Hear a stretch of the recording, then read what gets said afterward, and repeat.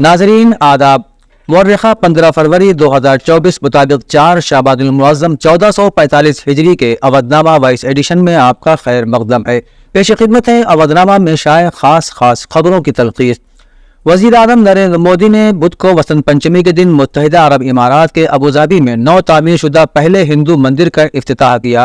राजस्थान के गुलाबी रेत के पत्थर से बने इस मंदिर की तामीर पर 700 करोड़ रुपए खर्च हुए हैं। ये मंदिर 27 एकड़ पर बनाया गया है और उसकी ऊंचाई 108 फीट है।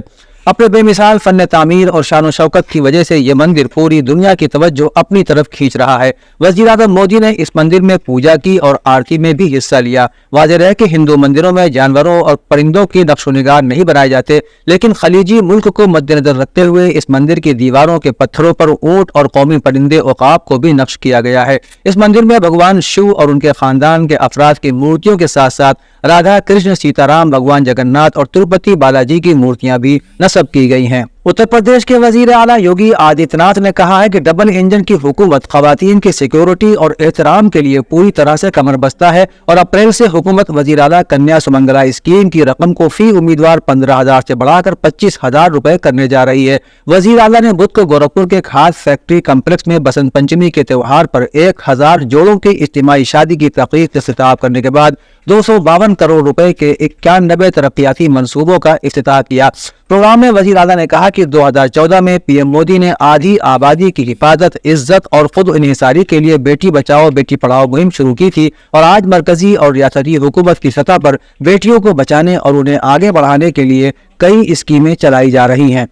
ज़ेरी फसादात से मुताल्लिक मामले में JNU के साबिक तालिब इल्म उमर खालिद ने सुप्रीम कोर्ट से दरख्वास्त जमानत वापस ले ली है। JNU के साबिक तालिब इल्म उमर खालिद के वकील कपिल सिब्बल ने सुप्रीम कोर्ट से गुजारिश की कि वो निचली अदालत में दोबारा जमानत के लिए कोशिश करेंगे। इससे पहले दिल्ली हाई कोर्ट ने उमर खालिद को जमानत देने से इनकार कर दिया था और उनके खिलाफ इल्जामात को संगीन करार दिया था। सीनियर वकील कपिल सिब्बल ने कहा कि हम जमानत की दरख्वास्त वापस लेना चाहते हैं और हम ट्रायल कोर्ट में अपनी किस्मत आजमाएंगे। जस्टिस बेला त्रिवेदी और जस्टिस पंकज की बेंच ने दरख्वास्त को वापस लिया हुआ करार देते हुए खारिज कर दिया। ईडी ने एक बार फिर दिल्ली के वजीर आला और आम आदमी पार्टी के रहनुमा अरविंद केजरीवाल को शराब घोटाला मामले में पूछगछ के लिए सम्मन भेजा है। अरविंद केजरीवाल को छठी बार ईडी में तलब किया गया है।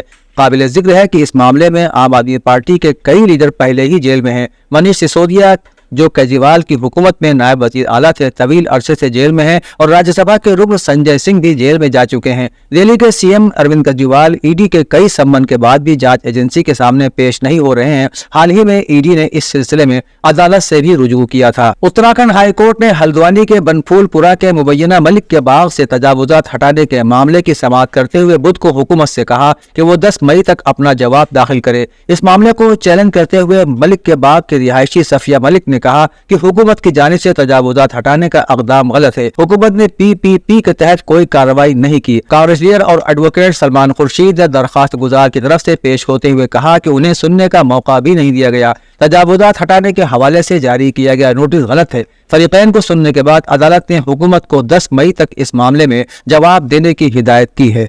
गोवा के वजीर आला डॉक्टर प्रमोद सावंत की क़यादत में उनकी हुकूमत के वज़रा जुमेरात को रामलला के दर्शन करने अयोध्या आएंगे। बीजेपी की रियासती मीडिया के शरीक इंचार्ज हिमांशु दुबे ने कहा कि गोवा हुकूमत के वज़रा सुबह 10:45 बजे महर्षि वाल्मीकि बैनुल-अक़वामी हवाई अड्डे अयोध्या पहुंचेंगे। उसके बाद वो रामलला को देखने जाएंगे। इससे पहले योगी हुकूमत और MLA रामलला के दर्शन कर चुके हैं। अयोध्या हवाई अड्डे से आकाशा एयरलाइन की परवाजें जुमेरात से शुरू होंगी। इसकी तैयारियां मुकम्मल कर ली गई हैं और परवाजों का शेड्यूल भी जारी कर दिया गया है। कांग्रेस के साबिक सदर राहुल गांधी की क़यादत में चल रही भारत जोड़ो न्याय यात्रा उत्तर प्रदेश में 7 दिनों में 785 किलोमीटर का सफर तय करते हुए रियासत के 13 जिलों से गुजरेगी। इस दौरान 15 अवामी जलसे, रास्ते में पड़ने वाले कस्बों और शहरों में पदयात्रा और समाज के मुख्तलिफ तबकात के साथ राहुल गांधी मुकालमा भी करेंगे। शोबे मीडिया के रियासती चेयरमैन डॉक्टर CP राय ने बताया कि भारत जोड़ो न्याय यात्रा बिहार से होकर 16 फरवरी को उत्तर प्रदेश के नौबतपुर जिला चंदौली में दाखिल होगी और रात वहीं क़याम करेगी। 20 फरवरी को यात्रा लखनऊ के मोहनलालगंज में दाखिल होकर घंटा घर पहुंचेगी, जहां राहुल गांधी अवामी जलसे को खिताब करेंगे। समाजवादी पार्टी के जरिए राज्यसभा के लिए 3 अफराद को नामजद किया गया है। इस पर सख्त एतराज है कि इन तीनों नामजद अफराद में मुस्लिम या दलित तबके के किसी फर्द को शामिल नहीं किया गया है। ये एतराज मुमताज आलिम दीन मौलाना खलीलुर रहमान सज्जाद नोमानी ने ایک بیان جاری کرتے ہوئے کیا۔ انہوں نے کہا کہ اس صورتحال میں اس فیصلے کے بعد مسلمانوں کو سماجوادی پارٹی کے بارے میں اپنے موقف پر نظر ثانی پر مجبور ہونا پڑ سکتا ہے۔ کسی بھی حکومت کی سب سے بڑی ذمہ داری اپنے شہریوں اور ملک میں کام کرنے والے غیر ملکیوں کو ہر طرح کی سہولت بہم پہنچانا ہے۔ اگر یہ کام بلا تفریق عام ہو جائے تو اس سے اس ملک کی ترقی اور انسانی حقوق کے تئیں اس کی ذمہ داری کا پتہ چلتا ہے۔ ان خیالات کا اظہار کرتے ہوئے مولانا ذکی نور عظیم ندوی نے کہا کہ کل سعودی عرب نے ایک ہندوستانی شہری تقدیر النساء اور ان کے شوہر کا سپر اسپیشلٹی اسپتال میں مفت علاج فراہم کرایا، اور بعد میں سعودی عرب کی حکومت کی ہدایات اور ہندوستان میں سعودی عرب کے سفیر کی کوششوں کے نتیجے میں ایئر ایمبولینس کے ذریعے انہیں لکھنؤ منتقل کیا، اور ان کے اہل خانہ کی خواہش اور انتخاب پر لکھنؤ کے ایک پرائیویٹ اسپتال میں ایڈمٹ کرانے کی ذمہ داری بھی نبھائی۔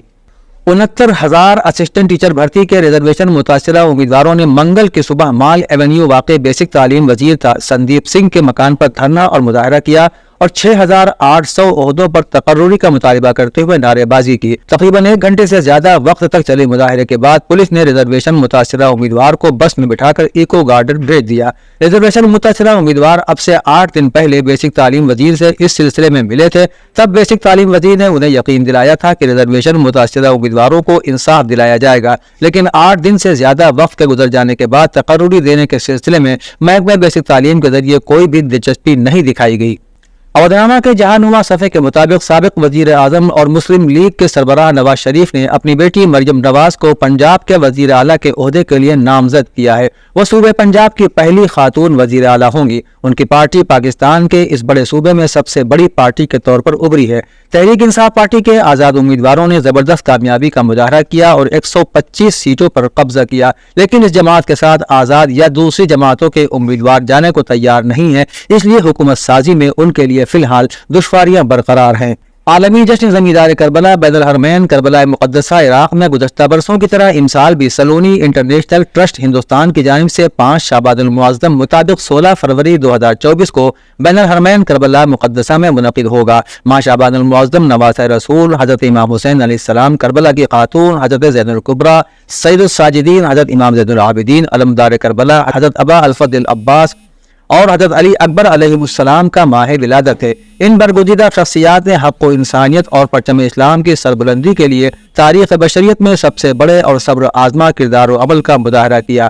اسی مناسبت کو مد نظر رکھتے ہوئے سلونی انٹرنیشنل ٹرسٹ ہندوستان کی جانب سے سرزمین کربلا عراق میں ایک جشن منعقد کیا جاتا ہے، جس جشن کا نام ہی جشن زمیندار کربلا ہے۔ ایران کے سرکاری میڈیا کی ایک رپورٹ میں کہا گیا ہے کہ ایرانی پارلیمان اور اس سے منسلک نیوز ایجنسی کی ویب سائٹس کو ہیکرز کا نشانہ بننے کے بعد فی الحال بند کر دیا گیا ہے۔ ایرانی سرکاری نیوز ایجنسی کی رپورٹ کے مطابق ایرانی پارلیمان کی ویب سائٹ پر منگل کی صبح ہونے والے سائبر حملے کے نتیجے میں پارلیمان اور اس کی نیوز ایجنسی خانہ ملت کی ویب سائٹ کو بند کر دیا گیا ہے۔ ایران کی مقننہ کی طرف سے اس سلسلے میں دیے گئے ایک بیان کے حوالے سے ارنا نے اپنی رپورٹ میں کہا ہے کہ اس مسئلے کی سنگینی اور وسعت کے بارے میں تکنیکی ٹیم تفتیش کر رہی ہے۔ قاہرہ میں جنگ بندی اور اسرائیلی یرغمالیوں کی رہائی کے لیے ہونے والے مذاکرات میں شرکت کے بعد اسرائیلی وفد واپس پہنچ گیا ہے۔ اسرائیلی وفد موساد کے سربراہ ڈیوڈ بارنیا کے زیر قیادت مصر آیا تھا تاکہ منگل کے روز ہونے والے مذاکرات کا حصہ بن سکیں۔ موساد سربراہ کے علاوہ CIA کے چیف ولیم برنز، قطر کے وزیر خارجہ محمد بن عبد الرحمن آل ثانی نے مصری حکام کی میزبانی میں ان مذاکرات میں شرکت کی تاکہ غزہ میں جاری جنگ میں عبوری وقفہ ہو سکے، اسرائیلی یرغمالی رہا ہو سکیں اور غزہ میں امدادی سرگرمیوں کا امکان بڑھایا جا سکے۔ اتفاق سے یہ مذاکرات مصری دارالحکومت میں ایسے وقت میں کیے گئے ہیں کہ جب مصر سرحد سے جڑے غزہ کے جنوبی شہر میں ایک بھرپور اور منظم جنگی یلغار کے لیے اسرائیل پوری تیاری کر چکا ہے۔ واضح ہے کہ اب تک غزہ میں 28,450 فلسطینی شہری ہلاک ہو چکے ہیں۔ اودھنامہ میں شائع مضامین کو مکمل طور پر پڑھنے کے لیے اودھنامہ کی ویب سائٹ www.awadhnama.com پر وزٹ کریں اور ای پیپر پر کلک کریں۔